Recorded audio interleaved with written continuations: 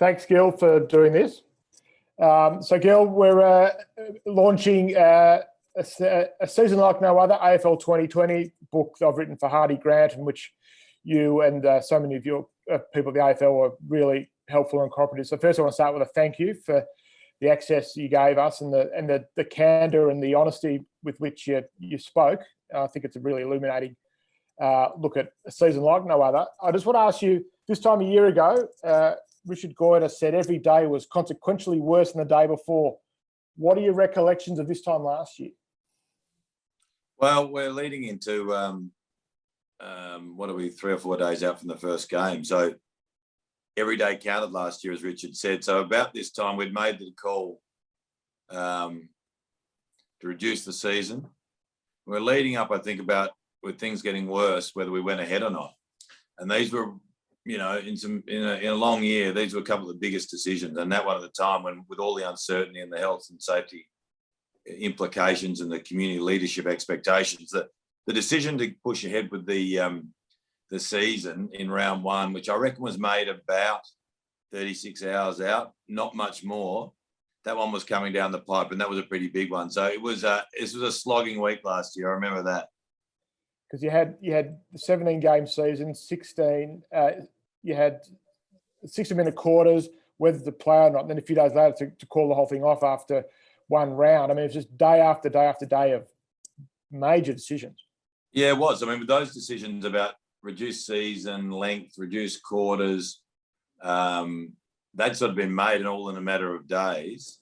This, as I said, the toughest decision I recall making in 2020, and being part of, it's always a team thing, and working through with clubs and commission and others in my team was starting the season. Much easier to call it off. By that time, borders were closing, so I think we called it off after 8 games of 9 in the opening round. I think there was a game going on in Perth that was played after that played out in the game, and then the season was suspended. So lots of calls in that first 10 days, and then a brutal couple of months or whatever it was as we worked out how to get through this financially and then get back on track. I want to talk about that shutdown period. One of the features of that time was that the industry came together. The collaboration between the AFL, the clubs themselves, and the rest of the industry was unprecedented in my time, 30 years of covering footy. What can you say? What would you like to say about what you saw with regards to the collaboration in that time, and how rewarding was it for you to see everybody pretty much work together? It was a nice change. I think it showed how powerful the industry could be when it was all pulling in the same direction. I think the other takeout about it, Ash, is that we can move faster for a big ship. We can be nimble when we want to be, and that I think was the key takeout of what was achieved by working together and communicating, having great visibility and daily conversations with CEOs, presidents, war cabinets or whatever they were called, and to be honest with you, almost weekly conversations with player representatives, with coaches, with others, is that you are able to move the ship fast and quickly, and that was, you asked about the recollections of working in such a collegiate way. Yes, and it was daily dialogue with all key stakeholders. The outcome, there was lots of specific things that happened, but it was the summary for me is then what you got was an agility, which has not been the hallmark of our game really. You need long lead times, and things are harder to move around. So what episode from last year still gives you nightmares after all this time? And what's an episode from last year that brings a smile to your face? Well, a smile to my face in terms of a wry smile or a smile of joy. The biggest smile was clearly finishing the grand final. Yeah. There was a period there of sort of wry smile where we were making decisions daily that had such, would be a huge, on their own, a big thing in any year. I mean, there was, one a day.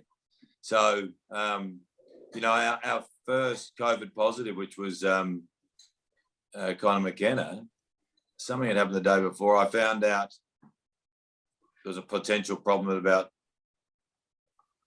11. By 12:30, we knew he was positive. By 3 o'clock, we were talking about close contacts and had deferred the Essendon's game that coming week. I think they're playing Melbourne. So, there was just, the concept of that happening and all being dealt with in three hours, is pretty, those sorts of things in the end it became business as usual. Be making decisions like that or moving games or changing whole fixtures, whole rounds 2 days before the weekend started.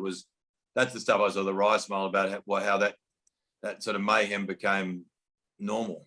Yeah, that chapter in the book I write about Essendon, and you are quoted in that saying what an amazing frenetic few hours it was. Just to pinch yourself to think, 3 hours after hearing it, there you were at the MCG calling this media conference and cancelling a game, postponing a game. Again, all it was a credit. It was a credit to the team and to the, as I said this about Essendon, about how they'd followed the protocols. The protocols were established, and my team and others about how quickly and clinically it was dealt with because they'd done the work. What's your mantra for this year? Last year it was flexible and agile. Have you got a new one for this year, or are you just same old, same old? My motto is to try and avoid saying flexible and agile because everyone's bored witless. I think we're going to have to. Hopefully, my mantra is that people are going to get back to enjoying the footy and get there and get their rituals back. And we're going to just have to be. It's pretty hard not to say agile because if you think on the weekend, we moved a women's game. We completely. Collingwood were flying to Brisbane on Sunday to play a game. We had one case, worked through it, and the team and the broadcasters and everyone and the players and the clubs flipped it, and Brisbane came down here. We had to find a new venue.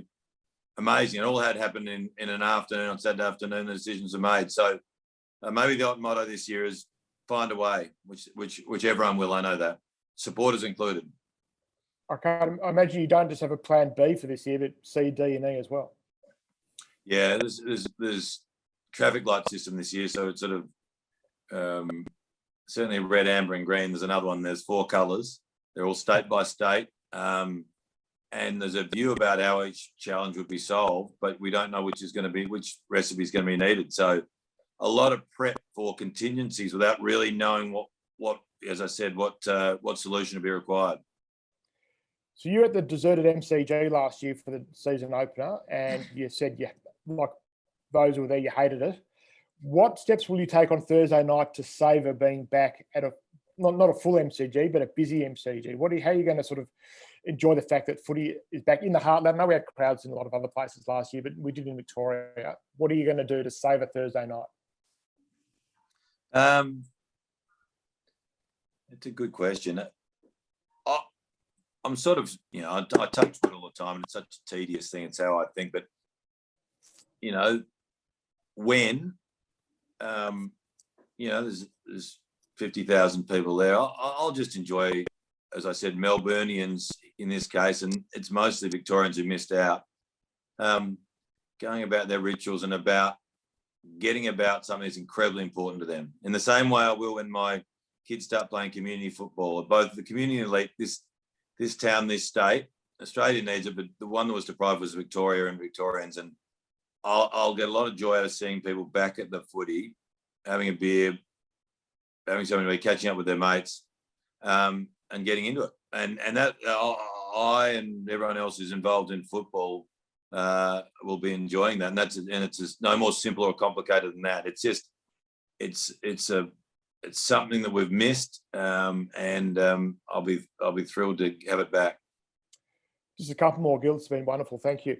You said in the book that you were looking forward to sitting back over a few beers over the holidays and actually taking stock and reflecting on the year it had been. Now that you've got a chance to do that, I know you had a really decent and well-deserved break at the end of last year. What were your takeaways when you sort of did a bit of self-reflection? I was unbelievably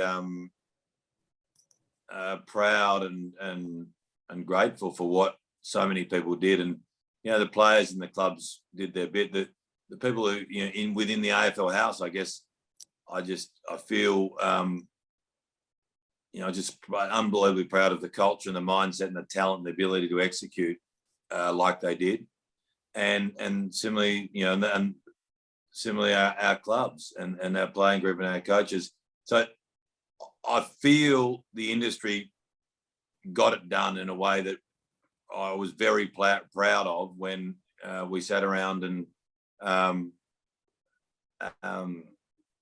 reflected, as you said, over a couple of beers. The other part that I think is something that jumps into my mind is that the decisions that were made very early in the peaks to go to 17 rounds to shorter quarters, it gave, to go to 17 rounds and that target to go from almost rounds to games, and then the compression and the narrative. So what the team did to provide I guess that soap opera and that thing that everyone could see a vision and a finish line and people locked in there getting behind. So when you had a 15% increase in ratings over the year and the incredible story that culminated in that great grand final in the Gabba, I think seeing it early in the people who made some really far-reaching decisions because they knew their business and knew what they had to get done, I think that was a pretty critical part as well. When was your last COVID test? That's a good question. I haven't had one this year. I certainly had one since I got back from Queensland. So probably November. Right. When was yours? I've had one. Hutchie made us have one last year, and that was it. I've been, touch wood, I've been healthy. So, but I've lived in a protocol. I didn't live in the hubs at all. So, and what are protocols? We finished the book by saying protocols was the word you hope you never would have to hear again. But how heavily is it factoring into 2021 so far? It's there, Ash, but everything's a bit more BAU, if that's a bit more latent, because everyone's, the guys who run and own the protocols are sort of know as much about it as anyone in the world. Proven, I think, by the fact that one of the team out of Footy Ops who ran the you talk about the COVID test, who ran all that screening process, Pat Clifton's been recruited by the NBA. Our head of procurement, charters, planes, hotels, they're all sort of, the men and women doing all that in my team know their business. So the protocols, to your point, and all that sort of stuff, it's more now trying to map out in my mind that the risk is about when there's incidents, what are the scenarios we'll have to deal with, what border closures or what are that. So knowing what we put in place rather than worrying about our protocols and our processes or the people, because, they've shown how talented and how hardworking they are. It's just more trying to work out what we're going to be hit with rather than worrying about the stuff that sits behind it. That's much more, as I said, business as usual. Terrific. All right, Gil, we'll leave it there. Once again, thank you so much for being part of the book and for your support and for throwing the AFL support behind it. Really appreciate it. Hopefully it'll do well and good luck for everything. As a fan and as a journo and as a footy lover, let's hope it's a great season. Thanks, Ash. Well, I think you did a great job. I've actually got a copy here. Well done on what you've done. Thanks for the support. And, I think everyone's looking forward to being back to footy, and we'll see you there. Look forward to seeing you. Thanks, Gil.